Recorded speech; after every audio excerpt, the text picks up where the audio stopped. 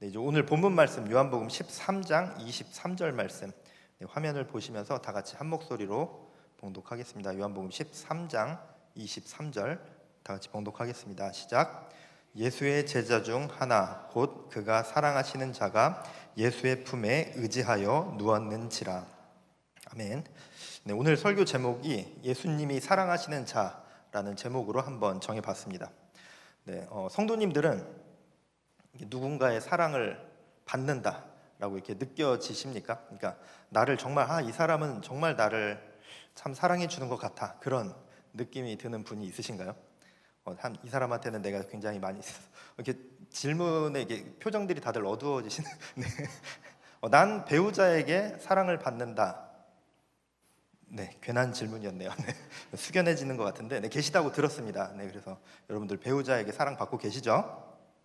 네, 네, 어쨌든 누군가에게 사랑을 많이 받고 계실 텐데, 오늘 제목에서는 예수님이 사랑하시는 자라고 이렇게 정해봤습니다.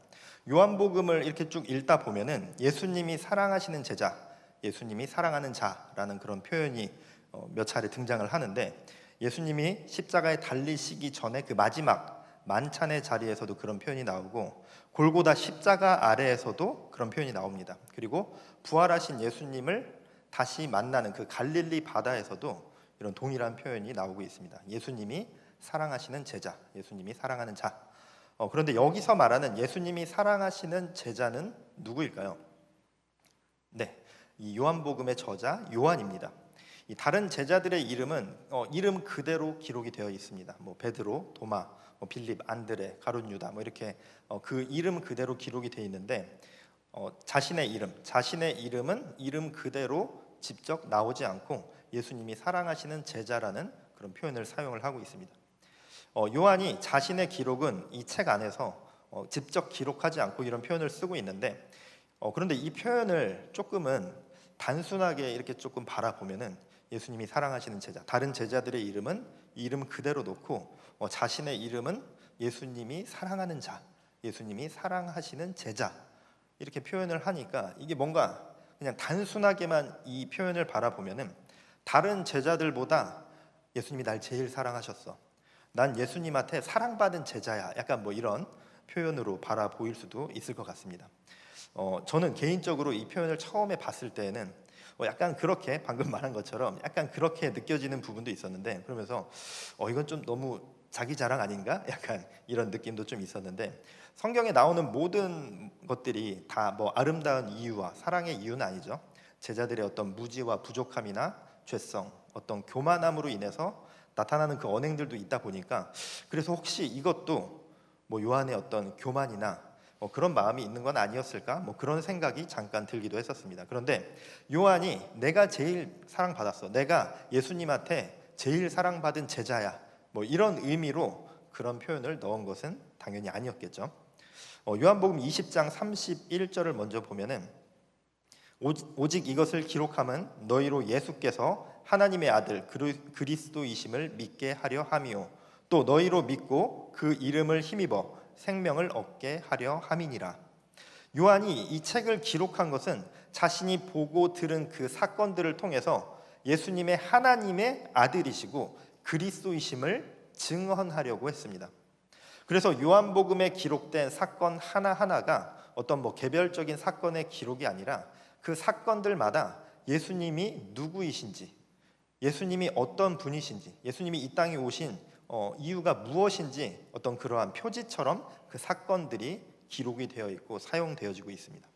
물을 포도주로 바꾸신 사건, 그리고 5천 명을 먹이신 사건, 또 날 때부터 맹인된 사람을 고치신 사건, 나사로를 다시 살리신 사건, 그것은 모두 다 예수님이 생명이시고 예수님이 우리의 빛이라는 사실, 예수님이 하나님의 아들이시고 또 우리가 믿어야 할 그리스도이심을 보여주기 위해서 그런 여러 사건들을 기록을 했습니다.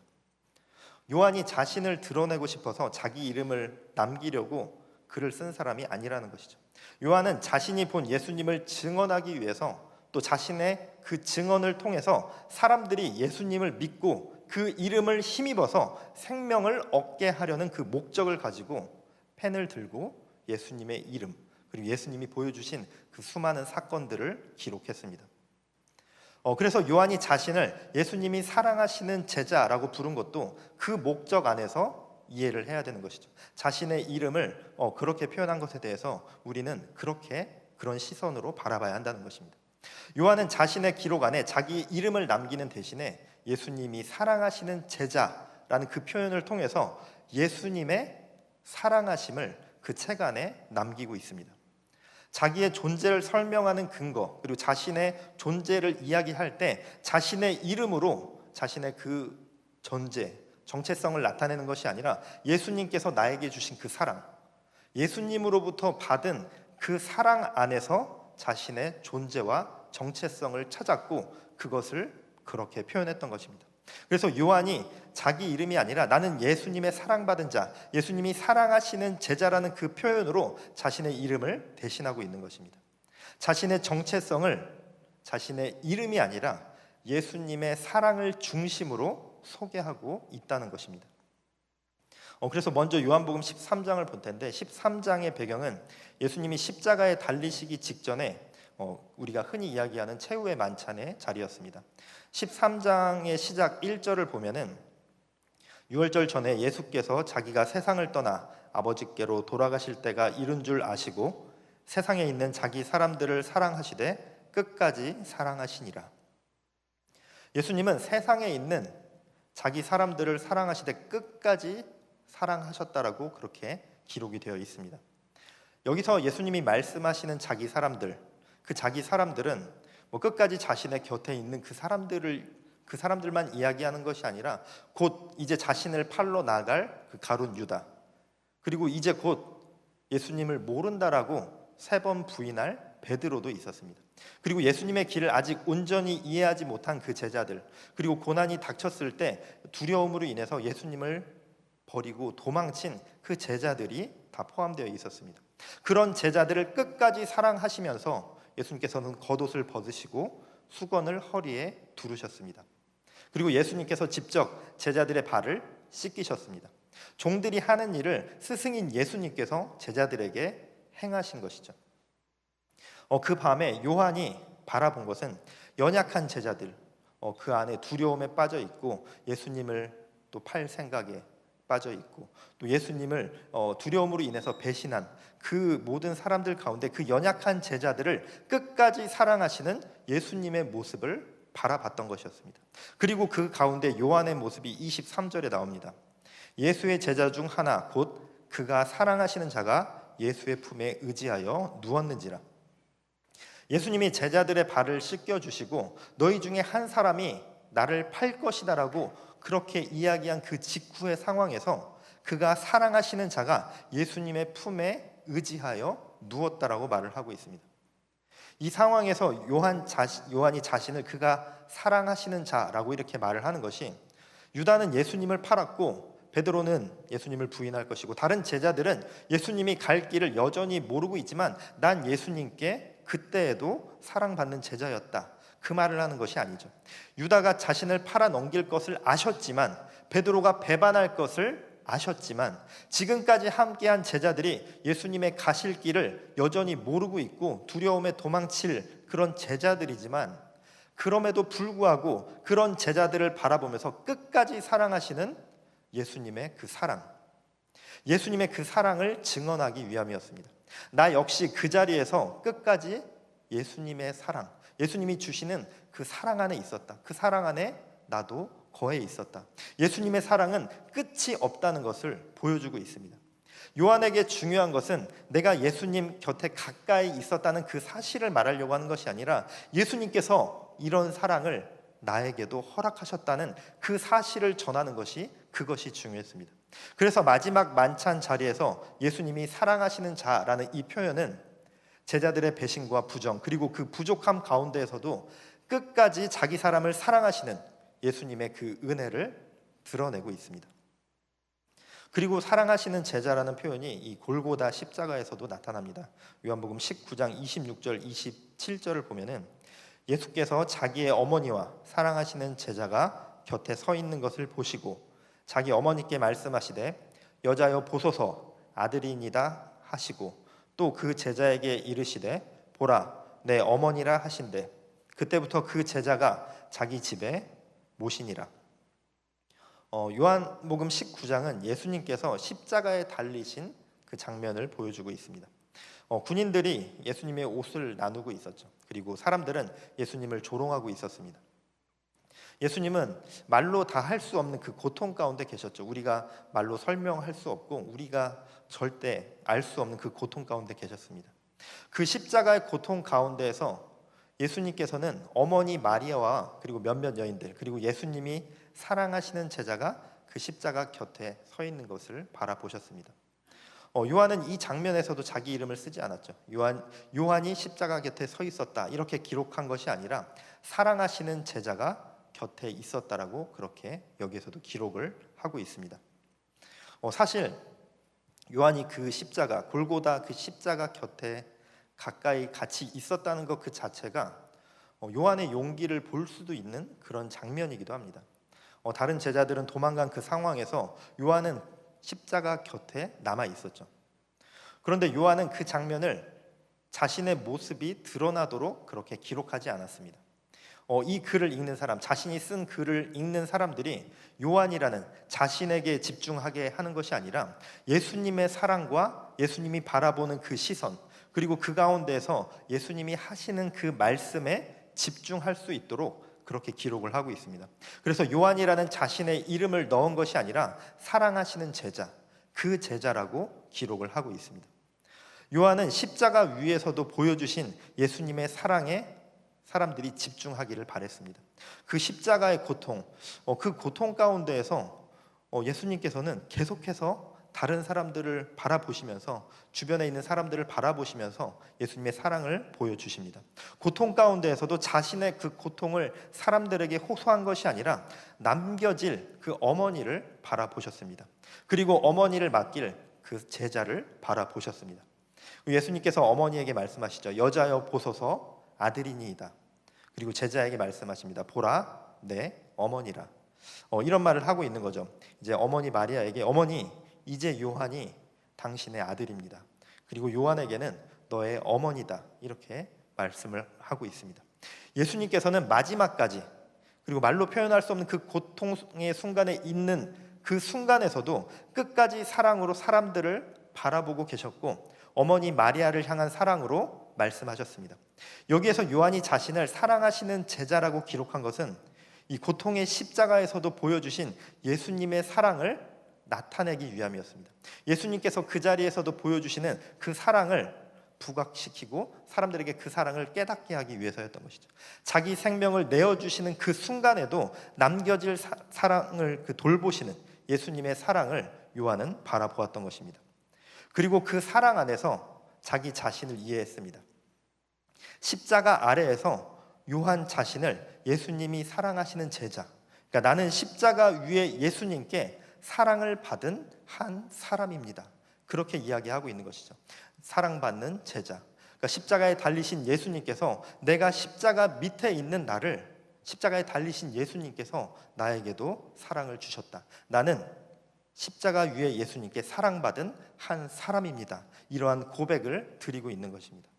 또 고통의 십자가 위에서도 끝까지 사랑해 주시는 분이심을 증언하는 그 이름이 예수님이 사랑하는 자라는 그 이름이었습니다. 요한의 정체성은 십자가 아래에까지 예수님과 함께한 그 자신을 이야기하는 것이 아니라 십자가 아래서도 사랑받은 자, 그러한 예수님의 사랑이 요한 자신의 정체성이었던 것입니다. 그래서 그 이름을 통해서 예수님의 사랑을 보여주고 있는 것이죠. 우리의 정체성도 이와 같아야 합니다. 우리는 십자가 아래에서도 사랑받은 자들입니다. 이 사실을 깨달을 때 우리는 더 이상 나의 정체성이 다른 사람들로 인해서 내 정체성이 설명되거나 내가 누군가로부터 인정받아야 가치 있는 사람이 되거나 또는 실패했다고 해서 버려진 사람, 실패한 사람이 되는 것이 아니라는 것입니다. 십자가 위에 예수님께서 나를 사랑으로 바라보고 계십니다.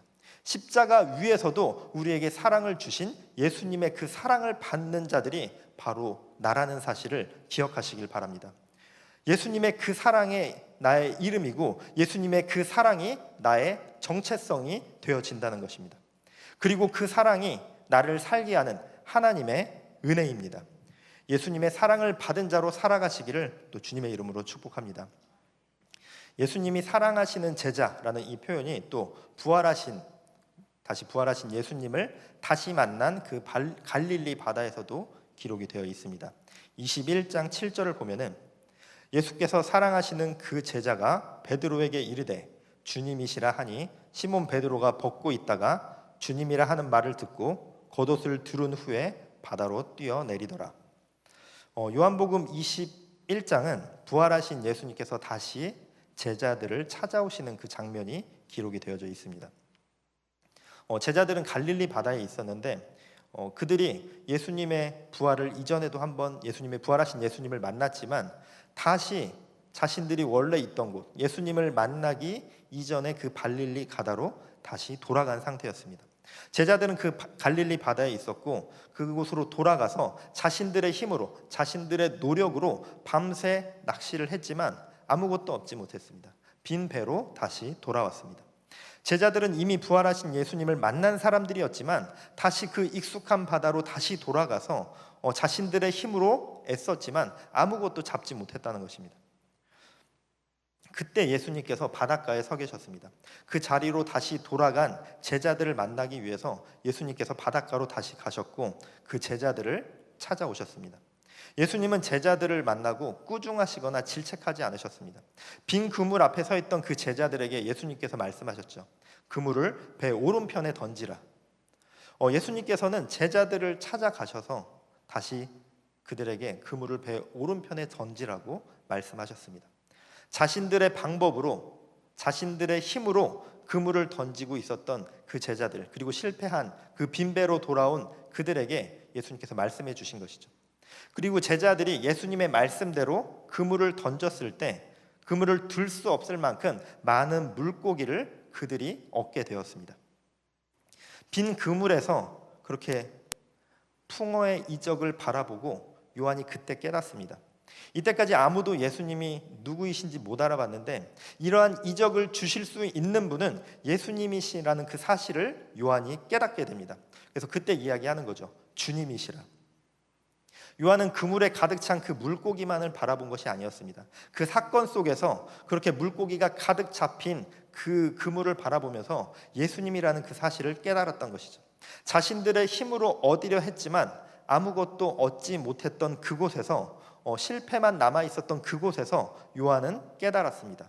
이러한 이적을 주실 수 있는 분, 우리에게 찾아오셔서 우리에게 이러한 이적을 주실 수 있는 분은 예수님뿐이다. 예수님께서 갈릴리 바다에 오신 것은 그렇게 무너진 제자들을 다시 일으켜 세우시기 위함이었습니다. 빈 그물 앞에 선 제자들에게 다시 말씀하시고 그들을 다시 식탁으로 초대하시고 다시 회복을 주시기 위해서 예수님께서 그들에게 찾아가신 것이었습니다. 갈릴리 바다에서 예수님이 사랑하시는 그 제자라는 표현은 실패한 제자들을 다시 찾아오신 예수님의 사랑을 보여주고 있습니다.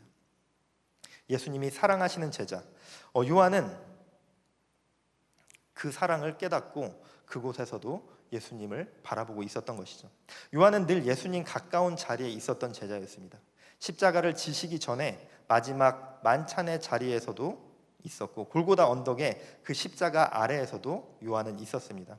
그리고 빈 무덤에 달려갔던 제자 중에 한 사람도 요한이었습니다. 갈릴리 바다에서 부활하신 예수님을 알아본 제자도 요한이었습니다. 사실 이 정도면 자기 이름을 남길만 합니다.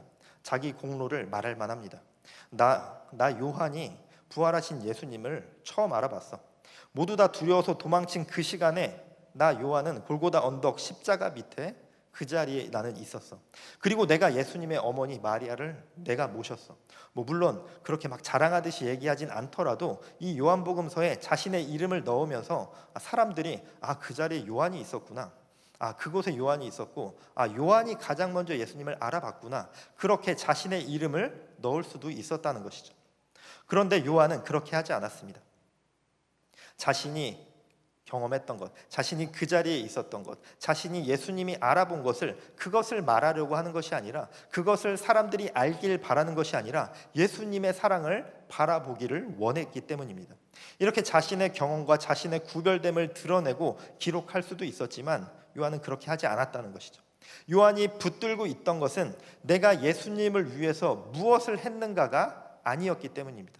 요한이 이 글을 쓰기 시작한 것은 내가 무엇을 했고 내가 무엇을 바라봤고 내가 어떻게 예수님과 함께 했느냐를 사람들에게 말하고 싶었던 것이 아니었다는 것입니다. 요한이 붙든 것은 예수님께서 나를 사랑하셨다는 그 사실이었습니다. 요한은 예수님께서 나를 사랑하셨고 또 우리를 위해 죽으셨고 많은 사람들이 이 글을 보고 그 예수님을 만나기를 원했습니다. 요한이 붙든 것은 예수님의 사랑하심이었습니다. 내가 예수님 곁에 있었던 것도 은혜였고 내가 십자가 아래 그때 남아 있었던 것도 예수님의 은혜였고 내가 부활하신 예수님을 알아본 것도 예수님의 은혜였다. 예수님이 나를 사랑해 주셨다. 요한은 그 사실을 전하고 싶었습니다. 요한은 그 모든 순간의 중심에 자기 자신이 아니라 예수님의 사랑이 그 중심에 가득히 있었다는 것입니다. 그래서 요한은 자기의 이름을 남기기보다 예수님의 사랑받은 자로서 자신의 정체성을 나타냈고 예수님의 사랑을 드러나게 하기 위해서 자신의 이름을 감추었습니다. 예수님이 사랑하시는 제자, 이 이름은 예수님께서 나를 사랑하셨습니다. 그 사랑이 나를 예수님 곁에 있게 했습니다. 그 사랑이 나를 십자가 아래 세웠습니다. 그 사랑이 나를 부활하신 예수님의 증인으로 살아가게 했습니다. 이러한 요한의 고백이자 요한의 정체성을 그 이름 안에 나타내고 있는 것입니다. 사람의 이름은 시간이 지나면 잊혀집니다. 그리고 업적도 아무리 큰 업적을 세웠다 해도 그 업적은 언젠가는 사라집니다. 그리고 사람들의 평판도 언젠가 어떤 때에는 좋은 평판을 받기도 하지만 어떤 때에는 상황이 조금만 달라져도 그 평판은 달라지기 마련입니다. 하지만 예수님의 사랑받은 제자, 예수님의 사랑받은 자라는 그 이름은 결코 사라지지 않습니다. 요한은 자신의 이름보다 더 강력한 이름, 자신의 그 이름으로 나타낸 그 정체성이 아니라 예수님이 주신 그 사랑으로 자신의 정체성을 붙들고 나타낸 것이었습니다. 성도님들의 정체성은 무엇으로 정의되십니까? 나의 정체성이 타인의 평가로 이루어지기도 합니다. 그래서 누군가가 나를 인정해주면 내가 괜찮은 사람처럼 느껴지기도 하고 또 누군가가 나를 알아주지 않으면 내가 아무것도 아닌 사람처럼 그렇게 마음이 무너지기도 하고 그렇게 느껴질 때도 있습니다. 또 나의 정체성이 지금의 나의 어떤 사회적 위치나 또 나의 직업이나 또 나의 능력이나 또 내가 나타낸 성과로 이루어지기도 합니다. 그렇게 사람들의 평가를 붙잡고 하루를 살아가고 또 내 능력으로 나의 정체성으로 그렇게 붙들고 살아가다 보면은 예수님께서 나를 어떻게 부르시는지, 예수님께서 나에게 어떤 사랑을 주셨는지, 내가 예수님의 사랑받는 자녀임을 잊고 살아가게 됩니다. 예수님의 십자가로 구원받은 자녀임을 잊고 살아가게 됩니다. 그리고 그렇게 계속해서 살아가다 보면은 예수님의 사랑받는 자, 구원받은 백성으로서의 정체성을 잃어가게 된다는 것입니다. 이러한 결단으로 살아가시길 바랍니다. 내 삶을 사람들의 평가에 맡기지 않겠습니다. 내가 한 일로 내 능력으로 나를 증명하고 그것으로 나의 정체성을 삼지 않겠습니다. 나는 예수님의 사랑받은 자입니다. 구원받은 하나님의 백성입니다. 이러한 고백으로 이러한 정체성으로 살아가시기를 축복합니다. 예수님의 사랑받은 자로서 우리는 그 무너진 자리에서 다시 일어서야 합니다. 그리고 예수님께 사랑받은 자로서 그런 정체성으로서 우리는 용서하고 섬기고 예배하는 자로 살아가야 합니다. 그리고 우리는 예수님의 사랑받은 자들로서 세상 속에서 예수님을 증언하는 그런 성도된 삶으로 나아가야 할 줄 믿습니다. 나는 예수님께 사랑받은 사람입니다. 나는 구원받은 하나님의 백성입니다. 이러한 고백이 날마다 성도님들의 입술 가운데서 드려지길 바랍니다. 그렇게 예수님의 사랑을 붙들고 지금 주어진 삶 가운데 살아가는 우리 꿈의 교회 성도님들 되어지시기를 주님의 이름으로 축복합니다. 기도하겠습니다. 거룩하신 하나님, 우리는 때로는 사람들의 평가로 나를 판단하고 때로는 실패와 상처로 또 나의 정체성을 규정하며 살아갈 때가 있습니다. 내 이름과 내 모습을 붙들고 흔들릴 때가 있었습니다. 이제는 예수님의 사랑 안에서 나 자신을 다시 돌아보게 해 주시옵소서. 사람들의 평가로 나를 판단하지 않고 예수님의 사랑받은 사람이라는 그 믿음 위에 서겠사오니 주님 우리와 함께 하시고 우리의 삶 가운데 인도하여 주시옵소서. 우리를 끝까지 사랑하시는 예수 그리스도의 이름으로 기도드렸습니다. 아멘.